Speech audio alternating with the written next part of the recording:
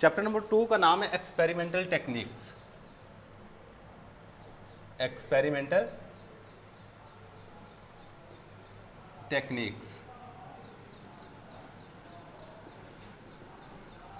अच्छा, सबसे पहले इस चैप्टर में एक बात याद रखिएगा, आपके हर एक चैप्टर में से कुछ ना कुछ एमसीक्यूज आ रहे होते हैं, शॉर्ट क्वेश्चंस आते हैं और लॉन्ग क्वेश्चन आता है। लेकिन इस चैप्टर की अगर बात की जाए, इस चैप्टर में से एमसीक्यू भी आते हैं, इस चैप्टर में से शॉर्ट क्वेश्चंस भी आते हैं, और इस चैप्टर में लॉन्ग क्वेश्चन कभी भी नहीं आएगा। मतलब ये वाला चैप्टर सिर्फ और सिर्फ शॉर्ट क्वेश्चन के लिए इंपॉर्टेंट है, लॉन्ग क्वेश्चन के लिए ये वाला चैप्टर इंपॉर्टेंट नहीं है। आपके ओवरऑल 11 चैप्टर हैं, जिनमें से 10 चैप्टर में से लॉन्ग क्वेश्चन आने हैं, जबकि एक चैप्टर में से लॉन्ग क्वेश्चन कभी भी नहीं आया, वो ये वाला चैप्टर है। अब क्यों नहीं आया? क्योंकि ये चैप्टर तकरीबन 7-8 सफ़ों का टोटल, तो इसलिए इस चैप्टर में से अमूमन लॉन्ग क्वेश्चन नहीं देते। सही है, तो हमारे पास अगर देखा जाए तो इसमें से एमसीक्यू अमूमन 1 आता है और शॉर्ट क्वेश्चन अमूमन 3 आते हैं। 3 इस चैप्टर में से शॉर्ट क्वेश्चन आने हैं और 1 आपके पास एमसीक्यू आना है। और ये वाला जो चैप्टर ना, बेसिकली याद रखिएगा, ये एनालिटिकल केमिस्ट्री के रेलिवेंट है। एक्सपेरिमेंटल टेक्निक लिखी है, मतलब आपके लैब के अंदर जितने भी एक्सपेरिमेंट होते हैं ये उनके रेलिवेंट है, लैब वर्क के रेलिवेंट है। मतलब आप फिल्ट्रेशन करते हो, क्रिस्टलाइजेशन प्रोसेस है, सब्लिमेशन प्रोसेस है, सही है, एक वर्ड है क्रोमेटोग्राफी। ये सारे के सारे प्रोसेस आपके इस चैप्टर में हमने पढ़ने हैं। अब देखिएगा, आपने ना एफएससी के बाद फर्स्ट ईयर करने के बाद सेकेंड ईयर करेंगे, सेकेंड ईयर करने के बाद 30 नंबर के प्रैक्टिकल्स होते हैं। अब 30 नंबर के जो प्रैक्टिकल्स होते हैं वो सारे के सारे बेस इस चैप्टर के ऊपर है। सारे के सारे प्रैक्टिकल्स की बेस सिर्फ और सिर्फ एक्सपेरिमेंटल टेक्निक्स के ऊपर है। सही है, तो सबसे पहले एक मैं बात लिखूंगा यहाँ पे, एनालिटिकल केमिस्ट्री। Analytical chemistry. अब एनालिटिकल केमिस्ट्री क्या होती है, ये आपने 9th क्लास में थोड़ी बहुत डेफिनेशन पढ़ी होगी। अब एनालिटिकल वर्ड एनालिसिस से निकला है। किससे निकला है? एनालिसिस से। अब एनालिसिस का मतलब होता है तज्जिया करना, तज्जिया करना। और तज्जिया से क्या मुराद है? मैं अगर आसान ज़बान में कहूँ तो बच्चे इसको कहते हैं पहचान करना। किसी भी चीज़ की पहचान करने के अमल को हम एनालिटिकल केमिस्ट्री या फिर एनालिसिस का नाम दे रहे होते हैं। सही है। अब एनालिटिकल केमिस्ट्री क्या है? कहते हैं branch of chemistry we deal with the study of, ये इसकी डेफिनेशन है। ये कभी भी डेफिनेशन पूछी नहीं गई, लेकिन इसको लिख लो, the branch of chemistry, chemistry की वो ब्रांच है विच डील, जो के मुताला करती है, which deal with the study of, with the study of analysis या qualitative and quantitative analysis of a substance, qualitative and quantitative and quantitative analysis of a substance, जो किसी भी शय के मिकदारी और मेयारी एनालिसिस या तज्जिए के मुतल्लिक हो, ऑफ आ सब्सटेंस। इस केमिस्ट्री की ब्रांच को हम नाम दे रहे होते हैं is called analytical chemistry. Chemistry की वो ब्रांच जिसमें हम क्वालिटेटिव एनालिसिस करें और क्वांटिटेटिव एनालिसिस करें, वो केमिस्ट्री की ब्रांच हमारे पास कहला रही होती है एनालिटिकल केमिस्ट्री। अच्छा, अब मैंने 2 वर्ड यहाँ पे लिखे हैं, क्वालिटेटिव एनालिसिस और क्वांटिटेटिव एनालिसिस। अब पास पेपर में पहला शॉर्ट क्वेश्चन, क्योंकि मैं पहले नंबर बता दूँ, ये चैप्टर किस लिहाज से हमने करना है, शॉर्ट क्वेश्चन के हवाले से। अब जहाँ पे जो शॉर्ट क्वेश्चन बनेगा, मैं आपको हेडिंग बनवा के उसका शॉर्ट क्वेश्चन बनवा के उसका आंसर लिखवा दूंगा। मतलब अगर आप सारे का सारे चैप्टर नहीं कर सकते तो कम से कम जो मैं शॉर्ट क्वेश्चन की हेडिंग बनवा के, शॉर्ट क्वेश्चन बनवा के उसका आंसर लिखवाऊंगा, कम से कम वो आंसर कर लीजिएगा। सही है, तो हमारे पास सबसे पहले शॉर्ट क्वेश्चन क्या आता है, what is the difference between qualitative and quantitative analysis. ये पहला शॉर्ट क्वेश्चन है, व्हाट इज द डिफरेंस। और इस चैप्टर में टोटल शॉर्ट क्वेश्चन को 20 या 25 हैं। Difference between qualitative and quantitative analysis and quantitative analysis. Qualitative और क्वांटिटेटिव एनालिसिस में क्या फ़र्क है? देखो, एक बात याद रखिएगा, जब भी बात फ़र्क की आएगी, तो आपने हमेशा दरमियान में लाइन लगानी है, एक साइड पे क्वालिटेटिव एनालिसिस लिख लो, क्वालिटेटिव एनालिसिस, और सेकंड साइड पे, दूसरी साइड पे हमारे पास आ जाएगा क्वांटिटेटिव एनालिसिस। और ये दोनों एनालिसिस हमने पहले चैप्टर नंबर 1 में भी पढ़ चुके हैं, अगर याद हो। चैप्टर नंबर 1 में क्वांटिटेटिव और क्वालिटेटिव एनालिसिस में फ़र्क कर चुके हैं, सही है। अगर वही वाला आपको फ़र्क याद है तो आप यहाँ पे लिख सकते हो। देखो वर्ड क्वालिटी क्वालिटी से निकला है और क्वांटिटी मिकदार से निकला है, वो म्यार, और ये वाली क्या है हमारे पास, क्वालिटी म्यार को कहते हैं और मिकदार। मैं आपको सिंपल से पहले एक एग्जांपल देता हूँ। आपने ना कभी सीआईडी ड्रामा देखा होगा। अब उस सीआईडी ड्रामा में ना एक करेक्टर डॉक्टर सालू के है, वो क्या करता है, कोई भी लाश उसके पास लेके आते हैं, वो पूरे की पूरी बॉडी को चेक करता है। बॉडी को चेक करने के बाद बताता है कि इस बंदे की मौत, अब मेरी बात सुना, वो कहते हैं इस बंदे की मौत फलां जहर की वजह से हुई है। क्या हुआ? इस बंदे की मौत फलां जहर की वजह से हुई है। अब उसने जो फलां जहर, कोई भी जहर का जो नाम बताता है, नेम, वो बेसिकली जो उसने सारे का सारा एनालिसिस वहां पे किया होगा, नेम के और एलिमेंट, वो होगा हमारे पास क्वालिटेटिव एनालिसिस। क्वालिटेटिव एनालिसिस यानी कि वो एनालिसिस जिसमें हम किसी भी शय का सिर्फ नाम पता करें, वो एनालिसिस जिसमें हम किसी भी शय का नाम पता करें, उस एनालिसिस को नाम दे रहे होते हैं क्वालिटेटिव एनालिसिस। क्या नाम दे रहे होते हैं?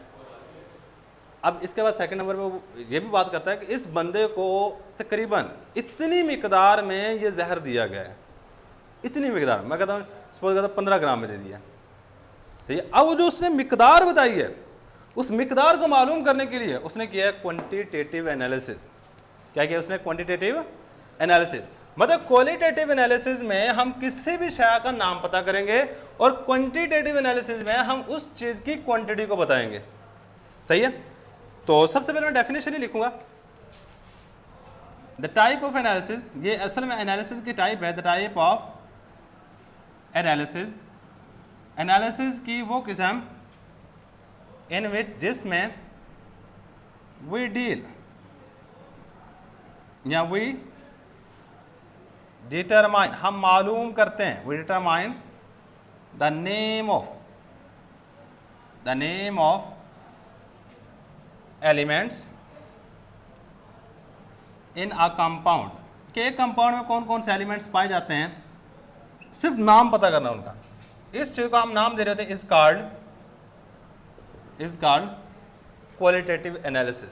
इसको क्या नाम देंगे? Qualitative analysis.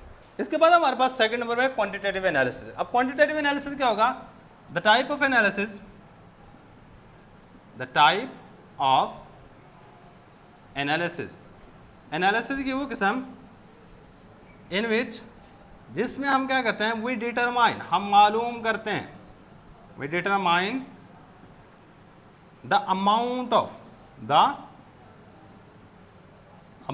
Of a substance, किसी भी शय की मिकदार को मालूम करते हैं।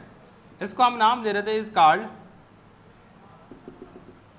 Quantitative analysis. मतलब जिसमें मिकदार को पता करें, अमाउंट को पता करें। क्वांटिटेटिव है जिसमें नाम सिर्फ पता करें, वो हमारे पास क्वालिटेटिव एनालिसिस है। वो क्या हमारे पास होगा? Qualitative analysis. अच्छा, क्वांटिटेटिव एनालिसिस करने के लिए 4 स्टेप्स होते हैं। कितने स्टेप्स होते हैं? अब उनका भी शॉर्ट क्वेश्चन बनता है। वो कहते हैं right on the steps which involve for in quantitative analysis, write down the steps. उन स्टेप्स के नाम लिख दो, तो names of steps, write down the names of steps, उन स्टेप्स के नाम लिख दो विच इन्वॉल्व, जो के शामिल होते हैं, which involve in quantitative analysis, quantitative analysis, जो कि क्वांटिटेटिव एनालिसिस में इन्वॉल्व हो रहे होते हैं। इनका नाम लिख दो। तो बच्चे बेसिकली हमारे पास 4 steps are involve in the quantitative analysis. अब 4 स्टेप्स कौन कौन से हैं? 4 steps are involve in the quantitative analysis, quantitative analysis. 4 steps involve हो रहे होते हैं क्वांटिटेटिव एनालिसिस में। अब वो 4 स्टेप्स कौन कौन से हैं? सबसे पहला स्टेप देखो, मैं कहता हूँ जी मैंने पौधों के अंदर ना क्लोरोफिल कितनी मिकदार में पाया जाता है, मैं ये मालूम करना चाहता हूँ।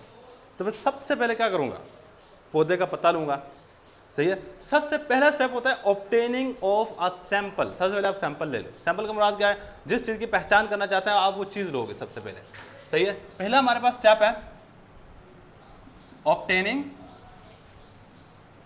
Of sample. आप सबसे पहले सैंपल को लोगे। मैं कहता हूँ मैंने सपोज ये पत्ते को ले लिया, ये मेरे पौधे का पत्ता आ गया। अब सबसे पहले आप इसको क्रश करोगे, क्रश करके इसमें से जो जूस निकलता है, मतलब जो पानी वगैरह निकलेगा, अब इसको इकट्ठा कर लेना है, एक बीकर में डाल लिया। अब आपको पता है एक पौधे के पत्ते के अंदर काफ़ी सारी चीज़ें होती है, जिसमें क्लोरोफिल, ज़ैंथोफिल,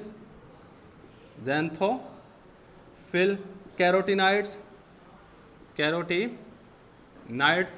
अब देखो ये काफ़ी सारे केमिकल्स एक पत्ते के अंदर पाए जाते हैं। आपको अब किस चीज़ की ज़रूरत है इन सब में से? क्योंकि आप क्लोरोफिल की पहचान करना चाहते हो कितनी मिकदार में पाया जाता है, तो सबसे पहले आप क्या करोगे, क्लोरोफिल को यहाँ से सेपरेट करोगे। पहले नंबर आपने सैंपल लिया, सैंपल लेने के बाद आप जिस कंपाउंड को या जिस अज्जा की पहचान करना चाहते हो उसको अलग करोगे। सेकेंड स्टेप हमारे पास यही है, वो ये है कि आपने डिजायर्ड कॉन्स्टिट्यूएंट को सेपरेट करना है, separation of a desired constituent. Second step क्या है? Separation of desired constituent. जो मतलूबा अज्जा है उसको सेपरेट कर लो। थर्ड नंबर पे मेजरमेंट एंड रिजल्ट्स। इसके बाद आपने क्या करना है, मेजरमेंट्स करनी है, मतलब ये कितनी मिकदार में पाया जाता है और उसके बाद आपके पास क्या रिजल्ट आता है। और लास्ट में आपने क्या करना है जी, ड्रॉ अ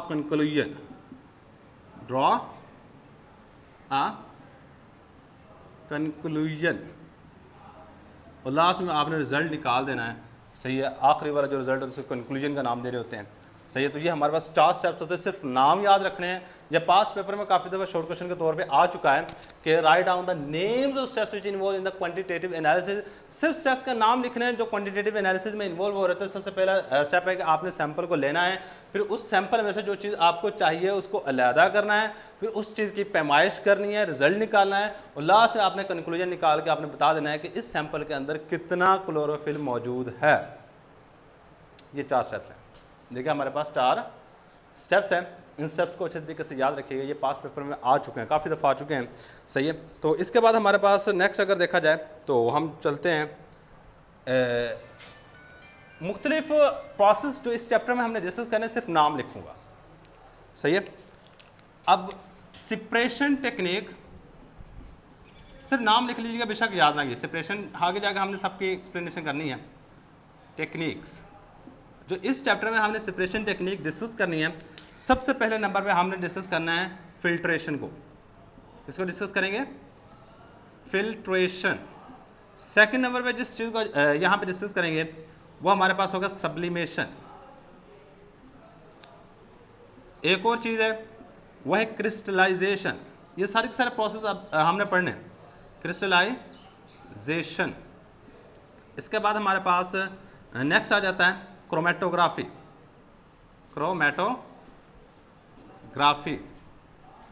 और लास्ट चीज़ है सॉल्वेंट एक्सट्रैक्शन।